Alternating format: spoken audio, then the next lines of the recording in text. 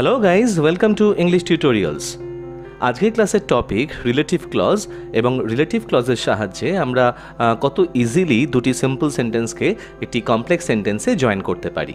তবে ক্লাসটি শুরু করবার আগে আমি তোমাদেরকে রিকোয়েস্ট করতে চাই যে তোমরা যারাই ক্লাসটি দেখছো বা ভিডিওটি দেখছো একটু ধৈর্য ধরে প্রথম থেকে শেষ পর্যন্ত দেখার চেষ্টা করো। তাহলে রিলেটিভ ক্লজ সম্বন্ধে তোমাদের যাবতীয় যা ডাউটস বা কনফিউশন রয়েছে সেগুলো আর থাকবে না।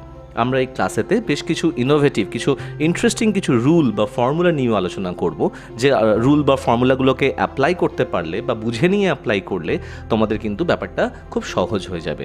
তাই প্লিজ ভিডিওটিকে প্রথম থেকে শেষ পর্যন্ত দেখো। আর ভিডিওটি দেখতে দেখতে যদি মনে হয় যে ভিডিওটি তোমাদের ভালো লাগছে বা তোমাদের কাজে আসতে পারে, তাহলে প্লিজ ভিডিওটিকে লাইক করো, শেয়ার করো নিজেদের ফ্রেন্ড সার্কেলের মাঝে। আর তোমাদের মধ্যে যদি কেউ এখনও পর্যন্ত ইংলিশ টিউটোরিয়ালস চ্যানেলটিকে সাবস্ক্রাইব না করে থাকো, তাহলে কাইন্ডলি প্লিজ সাবস্ক্রাইব করো ইংলিশ টিউটোরিয়ালসকে, কারণ এই চ্যানেলটি তোমাদের জন্য বানানো হয়েছে। তাই তোমাদের সাপোর্ট, তোমাদের হেল্প এই চ্যানেলের ভীষণভাবে প্রয়োজন। তাহলে চলো আর কথা না বাড়িয়ে আজকে আমরা আমাদের ক্লাসের টপিকটি শুরু করি। But before talking about relative clause, মানে রিলেটিভ ক্লজ নিয়ে আলোচনা করবার আগে আমাদের একটু ক্লজ নিয়ে জেনে রাখাটা দরকার। তাহলে দেখে নেওয়া যাক যে ক্লজ কাকে বলে। ক্লজ হলো একটি বাক্যের অংশ, যে অংশের মধ্যে একটা ফাইনাইট ভার্ব এবং একটা সাবজেক্ট থাকবে।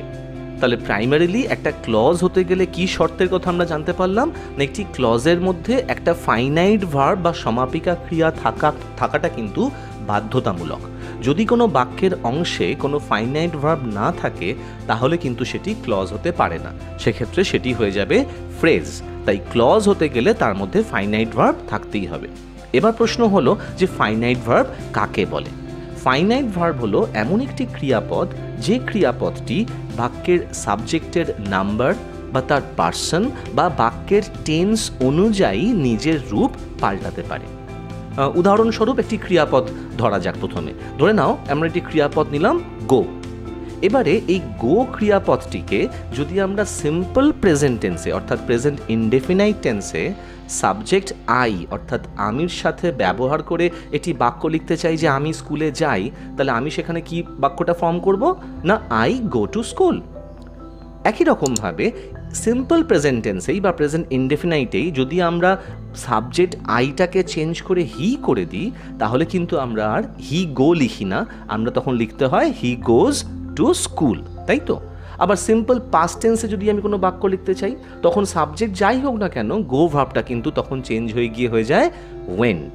আবার প্রেজেন্ট কন্টিনিউয়াসে সাবজেক্ট ওপর ডিপেন্ড করে গোটা তো গোয়িং হয়ই, গোয়িং আবার তার সাথে অ্যাম, ইজ অথবা আর যে কোনো একটা অক্সিলারি ভার্ব বা বি ভার্ব কিন্তু সাহায্যকারী ক্রিয়াপদ হিসেবে নেয়, তাই না? আবার পাস্ট কন্টিনিউয়াসের ক্ষেত্রেও কিন্তু একই রকমভাবে ওয়াজ বা ওয়্যারও কিন্তু চলে আসে। অর্থাৎ আমরা দেখলাম কি না, যদি আমরা একটি বাক্যের কর্তা অর্থাৎ সাবজেক্ট বা টেন্স চেঞ্জ করে দিই তাহলে অ্যাকর্ডিংলি গো ভার্বটাও কিন্তু তার নিজের রূপ পরিবর্তন করতে থাকে, অর্থাৎ তার রূপটা পরিবর্তন করতে হয়। আদারওয়াইজ বাক্যটা গ্রামাটিক্যালি কারেক্ট সেন্টেন্সও হবে না এবং বাক্যের কোনো অর্থও কিন্তু আমাদের কাছে ক্লিয়ার হবে না। এবারে আমরা দেখে নেব যে একটি ক্লজের ক্লাসিফিকেশন, অর্থাৎ একটি ক্লজকে আমরা কভাগে ভাগ করতে পারি। ওকে, এটি ক্লজকে মেনলি 3 ভাগে ভাগ করা যায়, অর্থাৎ ক্লজ প্রধানত 3 রকমের হয়: principal clause or independent clause, subordinate clause আর কোঅর্ডিনেট ক্লজ। এক্ষেত্রে প্রিন্সিপাল ক্লজ হলো একটি বাক্যের সেই স্বাধীন অংশটুকুনি যার অর্থ প্রকাশের জন্য অন্য কারুর ওপরে বা বাক্যের অন্য অংশটির ওপরে ডিপেন্ড করতে হয় না। এক্ষেত্রে প্রিন্সিপাল ক্লজ হলো অনেকটা আমাদের স্কুল, কলেজ বা বিভিন্ন অফিসের বড়বাবু, হেডমাস্টার বা প্রিন্সিপালের মতন, যাকে কারোর ওপরে ডিপেন্ড করতে হয় না নিজের কথা বলবার জন্য বা নিজের অর্থ প্রকাশ করবার জন্য। ওকে, সাবঅর্ডিনেট ক্লজ কিন্তু ঠিক তার উল্টোটি। সাবঅর্ডিনেট ক্লজ হলো বাক্যের সেই অংশ যে অংশটি প্রিন্সিপাল ক্লজের ওপর ডিপেন্ড করে নিজের মিনিং বা নিজের একটা সেন্স ক্লিয়ার করবার জন্য। প্রিন্সিপাল ক্লজ যদি বাক্যে না থাকে তাহলে শুধুমাত্র সাবঅর্ডিনেট ক্লজের কিন্তু কোনো রকমের অর্থ আমরা পরিষ্কারভাবে বুঝতে পারি না। তাই সাবঅর্ডিনেট ক্লজ হলো ডিপেন্ডেন্ট ক্লজ। ডিপেন্ডেন্ট ক্লজ কেন বলা হয় না, বিকজ সাবঅর্ডিনেট ক্লজ প্রিন্সিপাল ক্লজের ওপরে ডিপেন্ড করে। এক্ষেত্রে তোমাদেরকে আমি একটা কথা বলে দিতে চাই যে এই প্রিন্সিপাল ক্লজ এবং সাবঅর্ডিনেট ক্লজ এই দুটি অংশ বা দুটি ক্লজই কিন্তু এসেনশিয়ালি কমপ্লেক্স সেন্টেন্স বা জটিল বাক্যের অংশ। এবারে চলে আসি ক্লজের 3 নম্বর ভাগটি, অর্থাৎ কোঅর্ডিনেট ক্লজ।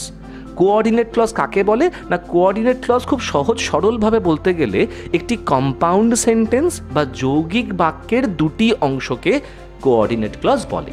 এবার তাহলে প্রশ্ন উঠছে যে কম্পাউন্ড সেন্টেন্স কাকে বলে বা যৌগিক বাক্য কাকে বলে?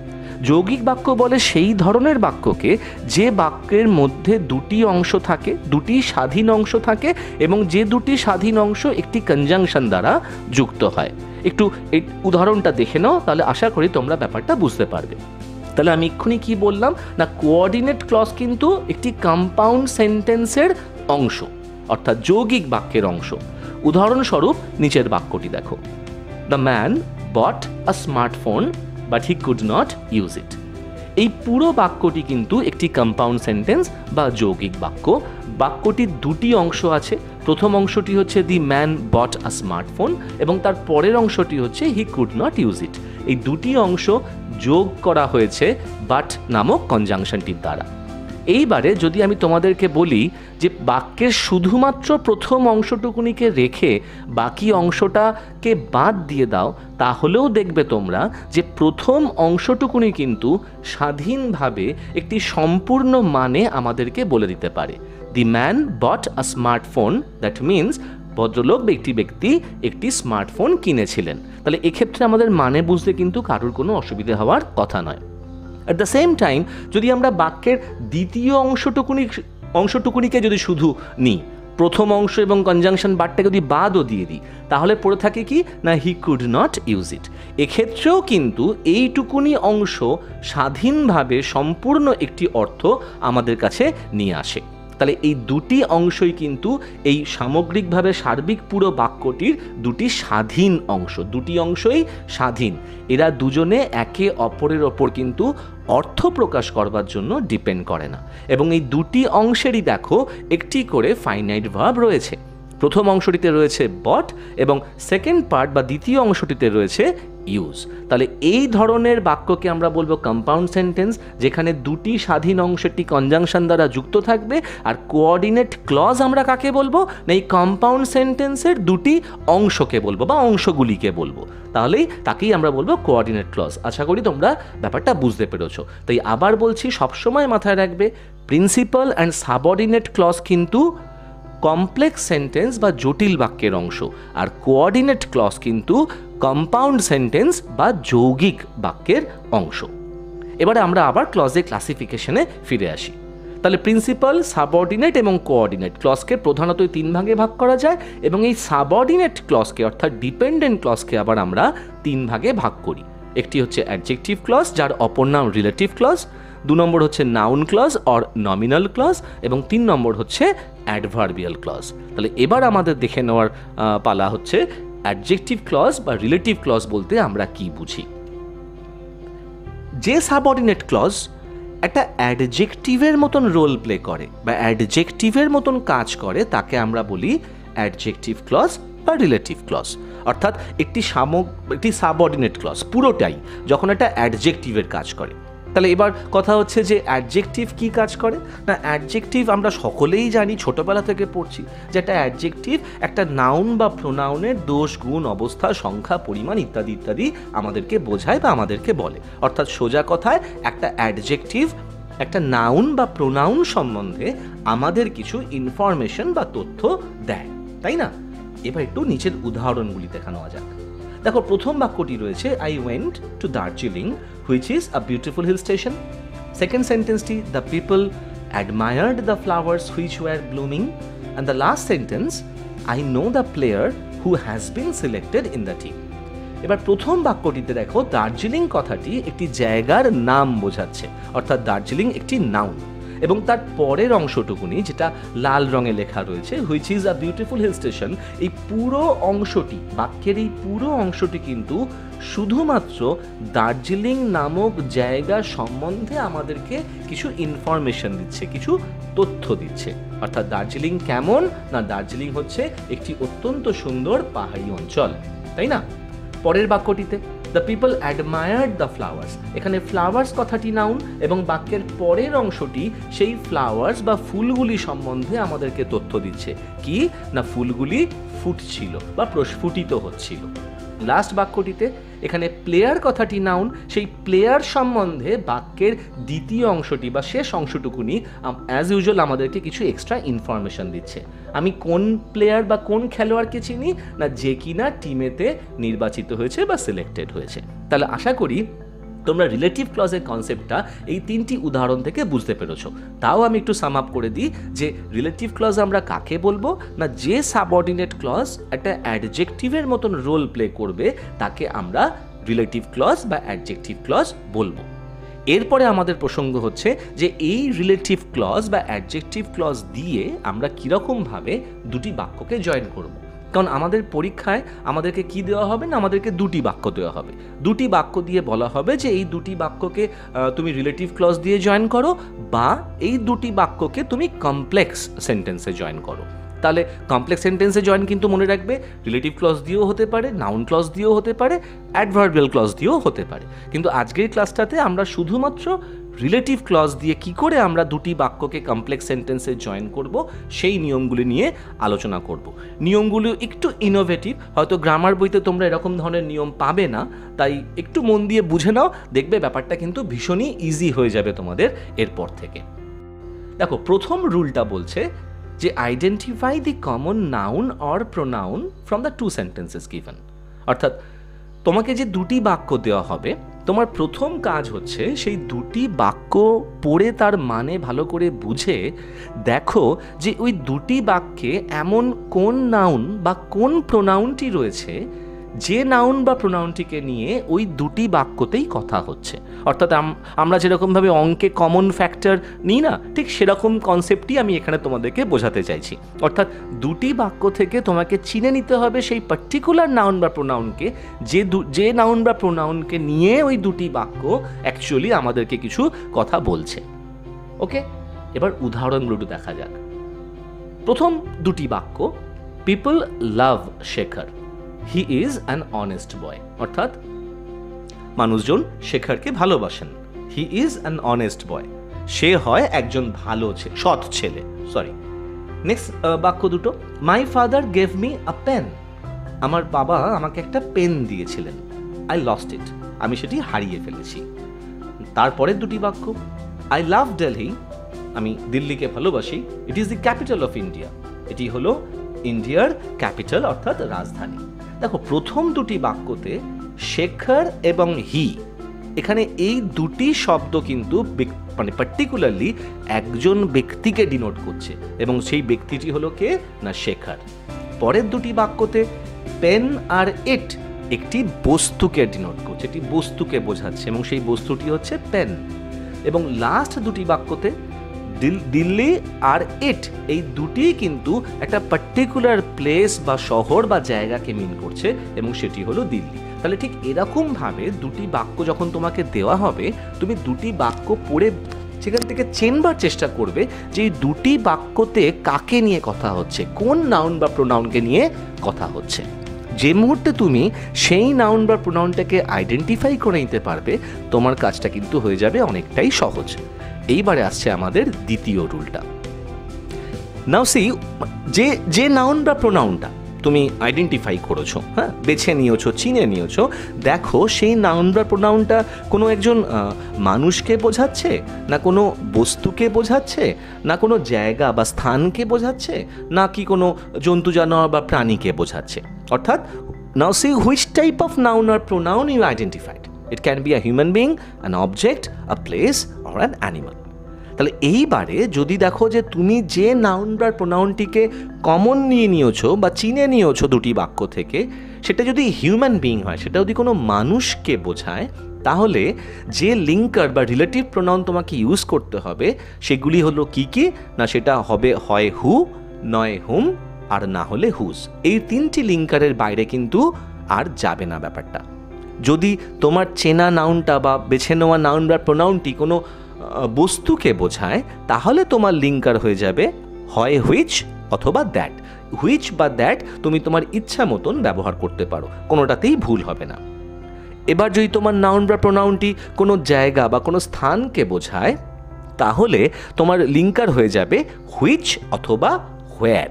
এখানে কিন্তু একটু ব্যতিক্রম আছে, কারণ তোমাদের মনে কোশ্চেন আসতেই পারে যে যদি স্থান বোঝায় তাহলে আমরা হুইচ বসাবো না হোয়ার বসাবো। সেক্ষেত্রে এই নিয়মটা আমরা উদাহরণ যখন আলোচনা করব তখন আমি তোমাদেরকে এক্সপ্লেন করে দেবো। আপাতত জেনে রাখো যে স্থান বোঝালেই হুইচ অথবা হোয়ার তোমাকে লিঙ্কার হিসেবে ব্যবহার করতে হবে। আর যদি কোনো প্রাণী বোঝায় তাহলে তোমার লিঙ্কার হুইচ হতে পারে, দ্যাট হতে পারে, বা এরও কিন্তু কিছু ব্যতিক্রম আছে, যেটাও আমি উদাহরণগুলো যখন তোমাদেরকে এক্সপ্লেন করব তখন বুঝিয়ে বলে দেবো। তাহলে 2 নম্বর রুলটাও আমাদের কমপ্লিট হলো। এবারে আমরা চলে যাব সবথেকে গুরুত্বপূর্ণ রুল, যে রুলটায় ম্যাক্সিমাম ছাত্রছাত্রীরা ভুল করে, সেই রুলটায়, অর্থাৎ থার্ড রুল। থার্ড রুলটা হলো সবথেকে গুরুত্বপূর্ণ রুল। কেন না, এই থার্ড রুলটা আমাদেরকে বলছে যে লিঙ্কারটাই তুমি চিনে নিয়েছো সেই লিঙ্কারটিকে কিন্তু তোমাকে সর্বদা সেই নাউন বা প্রোনাউনটির পাশেই বসাতে হবে যার ওপর ভিত্তি করে তুমি ওই লিঙ্কারটিকে সিলেক্ট করেছো। অর্থাৎ তোমাকে ধরো 2টো বাক্য দেওয়া হয়েছে, তুমি 2টো বাক্য থেকে দেখেছো কমন নাউন বা প্রোনাউন হচ্ছে একজন ব্যক্তিকে বোঝাচ্ছে, তাহলে তুমি কি জানলে না তোমাকে হয় হু, নয় হুজ, বা নাহলে হোম ব্যবহার করতে হবে। আমি অ্যাজ পার এক্সাম্পল ধরে নিলাম যে তুমি লিঙ্কার বেছেছো হু, তুমি হু ব্যবহার করতে চলেছো ওই 2টো বাক্যকে জয়েন করবার জন্য। সবসময় মাথায় রাখতে হবে যে ওই হু কথাটিকে কিন্তু তোমাকে ঠিক সেই ব্যক্তির পাশেই বসাতে হবে তোমার জয়নিংয়ের সময়। যদি তুমি তার প্লেসিং বা তার স্থানটা ভুল করে অন্য কোথাও বসাও তাহলে কিন্তু পুরো বাক্যটাই রিলেটিভ ক্লজের জয়নিংয়ের ক্ষেত্রে ভুল হয়ে যাবে, সেটি কিন্তু ঠিক হবে না। একটু দেখে নেওয়া যাক আমি কি বোঝাতে চাইলাম। তার আগে উদাহরণ দুটো দেখে নাও না। জন কিটস, তোমরা সবাই জন কিটসের নাম জানো, একজন স্বনামধন্য ব্রিটিশ কবি। The John Keats was born in London. He wrote ode to a nightingale. Ode to a nightingale John কিটসের লেখা একটা অত্যন্ত বিখ্যাত একটি কবিতা। ওকে, তাহলে এবার একটু বাক্য দুটিকে ভালো করে ফলো করো। দেখো, প্রথম বাক্যটিতে সাবজেক্ট জন কিটস, পরের বাক্যটিতে হি রোট, এখানে হি সাবজেক্ট, অর্থাৎ জন কিটস এবং হি এই দুজনকে নিয়েই কিন্তু এই 2টি বাক্য কথা বলছে। অর্থাৎ জন কিটস এবং হি দুজনেই কিন্তু আমরা 2টি শব্দের দ্বারাই কিন্তু আমরা কোনো একজন হিউম্যান বিইংকে বুঝতে পারছি, তাই না? তাহলে আমি সরাসরি আমার লিঙ্কার কি চিনব না, হু অথবা হুম বা হুজ, এই 3টির মধ্যে যে কোনো একটি হবে। এক্ষেত্রে আমি স্টুডেন্টসদেরকে বলি বা যারা শিখতে চায় তাদেরকে বলি যে যখন তোমাকে 2টো বাক্য দেওয়া হবে একটু 2টো বাক্যের বাংলা মানেটা নিজের মনে মনে করে নাও এবং ওই 2টি বাক্যকে তুমি তোমার বেছে নেওয়া লিঙ্কার দিয়ে একটু মনে মনে জয়েন করো। একটু করে নেওয়া, দেখা যাক ব্যাপারটা কীরকম আমি বলতে চাইলাম। দেখো, John Keats was born in London. John Keats জন্মেছিলেন লন্ডন শহরে। He wrote ode to a nightingale. তিনি লিখেছিলেন ওড টু আ নাইটিঙ্গেল। অর্থাৎ জন কিটস লন্ডন শহরে জন্মেছিলেন, যিনি লিখেছিলেন ওড টু নাইটিঙ্গেল, আমরা এরকমভাবে বলতে পারি। আবার বলতে পারি জন কিটস যিনি লন্ডন শহরে জন্মেছিলেন তিনি ওড টু নাইটিঙ্গেল লিখেছিলেন। তাহলে এই জিনিসটা একটু নিজেদের মাথায় করে নেবে। এবার দেখে নেওয়া যাক আমরা যে ইউজ করলাম তো এক্ষুনি, তাহলে আমরা হু লিঙ্কারটা বেছেছি। এবার হু লিঙ্কারটাকে দিয়ে আমরা কিরমভাবে বাক্য দুটোকে জয়েন করতে পারি। দেখো, বাক্যটিকে এরমভাবে জয়েন করতেই পারি আমরা। John Keats was born in London who wrote ode to a nightingale. কিন্তু এই বাক্যটি আমরা ভুল করলাম।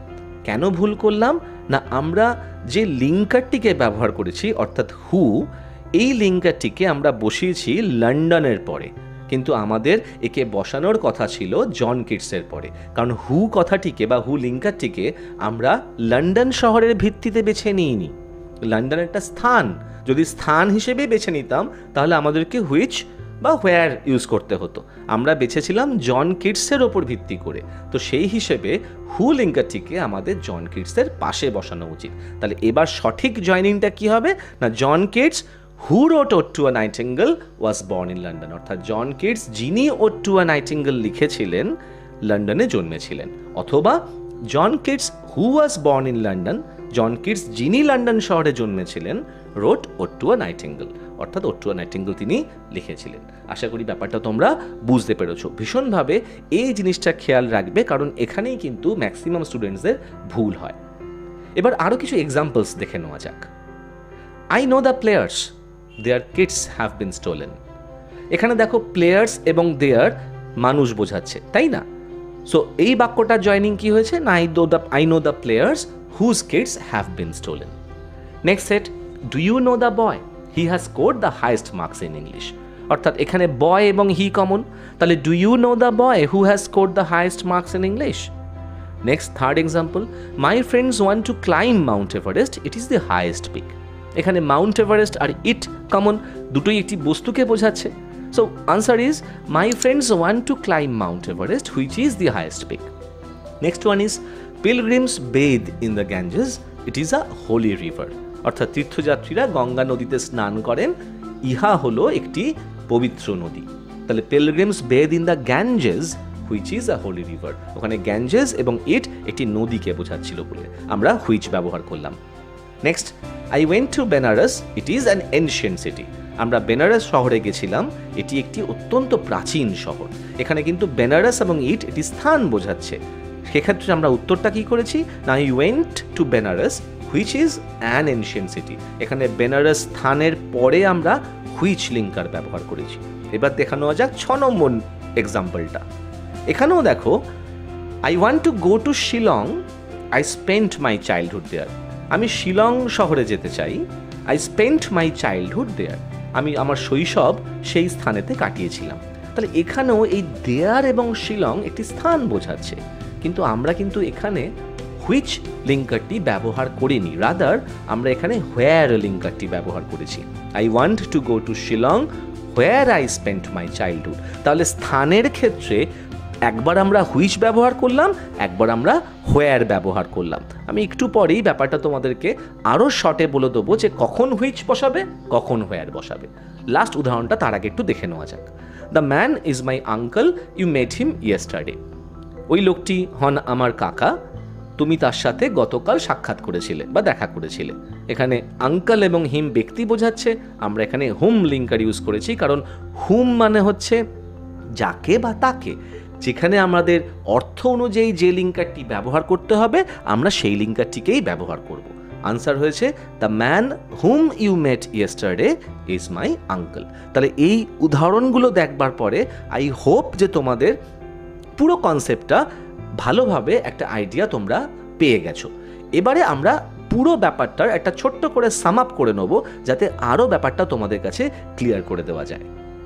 দেখো, তাহলে প্রথমেই আমরা কি জেনেছি না, প্রথমেই আমাদেরকে কমন নাউন বা কমন প্রোনাউনটিকে খুঁজতে হবে। সেই কমন নাউন বা প্রোনাউন যদি মানুষ হয় তাহলে who or whom or whose বসাবো। এবার প্রশ্ন হচ্ছে তাহলে হুজ কখন বসাবো। হুজ কথাটিকে আমরা তখনই ইউজ করব যদি দেখি ওই দুটি বাক্যের মধ্যে এমন কোনো ব্যক্তির কথা হচ্ছে যে ব্যক্তিদের কিছু আছে সেটা বোঝাচ্ছে, অর্থাৎ পজেশন বোঝাচ্ছে। দেখো, প্রথম বাক্যটিতে অর্থাৎ প্রথম উদাহরণটিতে ছিল কি না, I know the players their kids have been stolen. অর্থাৎ আমি চিনি সেই খেলোয়াড়দেরকে যাদের কিড ব্যাগগুলো চুরি হয়ে গেছিল। এই যে কথাটি ছিল না দেয়ার, এই দেয়ার মানে কিন্তু তাদের, এই তাদের মানে কিন্তু একটা পজেশন বা মালিকানা বা সত্ত্ব বোঝাচ্ছে ওই কিড ব্যাগগুলোর ওপরে। তো যখনই এরকম মালিকানার কথা উঠবে বা মালিকানার সেন্স তোমরা পাবে বা সত্ত্বের সেন্স পাবে, তখন তোমরা হুজ ব্যবহার করবে, আদারওয়াইজ হু অর হুম। বোঝা গেল ব্যাপারটা? এরপরে যখন কোনো বস্তু বা কোনো প্রাণীকে বোঝাবে তখন তোমরা হুইচ বা দ্যাট ইউজ করতে পারবে লিঙ্কার। এবারে চলে আসছি আমরা স্থানের ক্ষেত্রে। আমি একটু আগেই দেখালাম তোমাদেরকে উদাহরণে যে একবার বেনারসের পরে আমরা হুইচ বসিয়েছি স্থান বোঝানো সত্ত্বেও, আবার শিলংয়ের পরে আমরা হোয়ার বসিয়েছি। তাহলে কেন হুইচ বসালাম আর কেন হোয়ার বসালাম বা কখন কোনটা বসাতে হবে সেটা একটু জেনে নিই। যদি কোনো স্থান সম্বন্ধে কিছু বলা হয়ে থাকে, অর্থাৎ সেই স্থানে কোনো ঘটনা ঘটেছে বা কোনো ক্রিয়া ঘটেছে বা কোনো অ্যাকশন করা হয়েছে, সেরকম যদি কিছু না বোঝানো হয় তাহলে তোমরা হুইচ বসাবে। ওকে, দেখো প্রথম একদম বাক্যটি, সেখানে একবার দার্জিলিংয়ের কথা হয়েছিল, একবার বেনারসের কথা হয়েছে। দুটো উদাহরণ তোমরা পেয়েছো স্থান নিয়ে, যেখানে আমরা হুইচ ব্যবহার করেছি। যে I love Darjeeling which is a beautiful city. এখানে কিন্তু দার্জিলিং শহরে কোনো কাজ হয়েছে বোঝায়নি, বা বেনারসে কোনো কাজ হয়েছে বোঝায়নি। তাই না? তাই সেই জন্য আমরা ওখানে হুইচ বসিয়েছি। কিন্তু এই দুটি জায়গাতে যদি কোনো কাজের কথা হতো, এইখানে কোনো কিছু ঘটনা ঘটেছে বা কেউ কিছু করেছে যদি বোঝানো হতো, তাহলে কিন্তু হুইচ বসানো যাবে না, সেখানে হোয়ার বসাতে হবে লিঙ্কার হিসেবে। সেই জন্যেই আমরা শিলংয়ের বাক্যটা অর্থাৎ কোশ্চেন নাম্বার 6 এক্সাম্পল নাম্বার 6-এ শিলংয়ের পরে কিন্তু হোয়ার বসানো হয়েছিল। তার কারণ শিলংয়ে বক্তা তার শৈশব কাটিয়েছিল, এই বলা হয়েছিল ওই বাক্যে। অর্থাৎ শিলং নামক জায়গাতে কোনো একটি কাজ হয়েছিল, তাই সেই জন্য ওখানে হোয়ার বসানো হয়েছে। তাহলে সিম্পলি আমরা কি জানলাম না, যদি কোনো স্থানে কোনো কাজ না হওয়া বোঝায় তাহলে হুইচ বসাবো, আর যদি কোনো স্থানে কোনো কাজ হয়েছে বা হবে বা হয়েছিল বোঝায়, তাহলে কিন্তু আমাদেরকে সেখানে লিঙ্কার হিসেবে হোয়ার ইউজ করতে হবে। ওকে, এবারে এবার তার পরের তার পরেরটা, অর্থাৎ এখানে আমরা একটু আগেই পড়েছি যে জন্তু জানোয়ার বা প্রাণী বোঝালে আমরা হুইচ বা দ্যাট ব্যবহার করতে পারি লিঙ্কার হিসেবে, বা আমাদেরকে করার কথা। কিন্তু কিছু কিছু ক্ষেত্রে, কিছু ব্যতিক্রমী ক্ষেত্রে আমরা ওখানে পার্সোনাল রিলেটিভ প্রোনাউন যেমন হু বা হুজ বা হুম, যেটা আমরা একটু আগে জেনেছি, সেগুলো ব্যবহার করতে পারি। উদাহরণস্বরূপ নিচের বাক্যটি, I have a pet dog, he is very playful. দেখো এখানে কাকে নিয়ে কথা হচ্ছে না, ডগকে নিয়ে কথা হচ্ছে। ডগ একটি প্রাণী, কিন্তু এখানে এই প্রাণীকে বোঝানোর জন্য একটি পার্সোনাল প্রোনাউন ব্যবহার করা রয়েছে সেকেন্ড বাক্যে, সেটা হচ্ছে হি কথাটি কিন্তু এসেনশিয়ালি মানুষ বা মানুষজনদের ক্ষেত্রে বোঝানো হয়, হিউম্যান বিংসদের ক্ষেত্রে বোঝানো হয়, কিন্তু এখানে হি দিয়ে আমরা ডগকে বোঝাচ্ছি। এইরকম যখন পার্সোনাল প্রোনাউনের রেফারেন্স পাবে তুমি বাক্যে, তুমি লিঙ্কার হিসেবেও পার্সোনাল রিলেটিভ প্রোনাউন ব্যবহার করতেই পারো। সেই জন্যই আমি এখানে আনসারটা করেছি, I have a pet dog who is very playful. তাহলে আশা করি রিলেটিভ ক্লজ এর সমস্ত নিয়মকানুন বা এই সমস্ত রুলসগুলো আমি তোমাদেরকে বুঝিয়ে বলতে পেরেছি। আর সবসময় মনে রাখবে আমাদের থার্ড রুলের কথা, কোনটা না, যে লিঙ্কারই তুমি ব্যবহার করো না কেন, সেই লিঙ্কারটিকে কিন্তু পজিটিভলি সেই নাউন বা প্রোনাউনের পাশেই বসাতে হবে যাকে সে বোঝায়। এটাতে ভুল হলে কিন্তু পুরো বাক্যটা ভুল হয়ে যাবে। তাহলে আই হোপ যে তোমরা পুরো ক্লাসটা মন দিয়ে ফলো করলে এবং তোমাদের আর রিলেটিভ ক্লজ নিয়ে কারোর কোনো রকমের ডাউটস নেই। তাও যদি কোনো প্রশ্ন থাকে তোমাদের বা কোনো কোয়ারি থাকে, তাহলে প্লিজ আমাকে কমেন্ট করে তোমাদের কোশ্চেনগুলো করো। আমি অ্যাজ সুন অ্যাজ পসিবল আমি তোমাদেরকে আনসার দিয়ে দেওয়ার চেষ্টা করব। আর ইন দ্য মেইন টাইম যদি ভিডিওটি ভালো লেগে থাকে বা তোমাদের যদি মনে হয় যে ভিডিওটি তোমাদের হেল্প করতে পারে, তাহলে প্লিজ ভিডিওটিকে একটি লাইক দিও আর তোমাদের কমেন্ট করে ফিডব্যাক দিও তোমাদের, কারণ তোমাদের ফিডব্যাক আমাকে এনকারেজ করে, ইন্সপায়ার করে এরকম ধরনের ভিডিওস বানানোর জন্য। আর যদি তোমাদের মধ্যে কেউ এখনও চ্যানেলটিকে সাবস্ক্রাইব না করে থাকো, তাহলে please help me by subscribing English tutorials, কারণ তোমার সাপোর্ট বা তোমাদের সাপোর্ট রাদার আমার ভীষণভাবে প্রয়োজন, এই চ্যানেলের ভীষণভাবে প্রয়োজন। আর ইন দ্য মেইন টাইম ভালো থেকো, stay safe, be good, keep watching English tutorials, keep learning, and thank you so much for giving me your time. Thank you.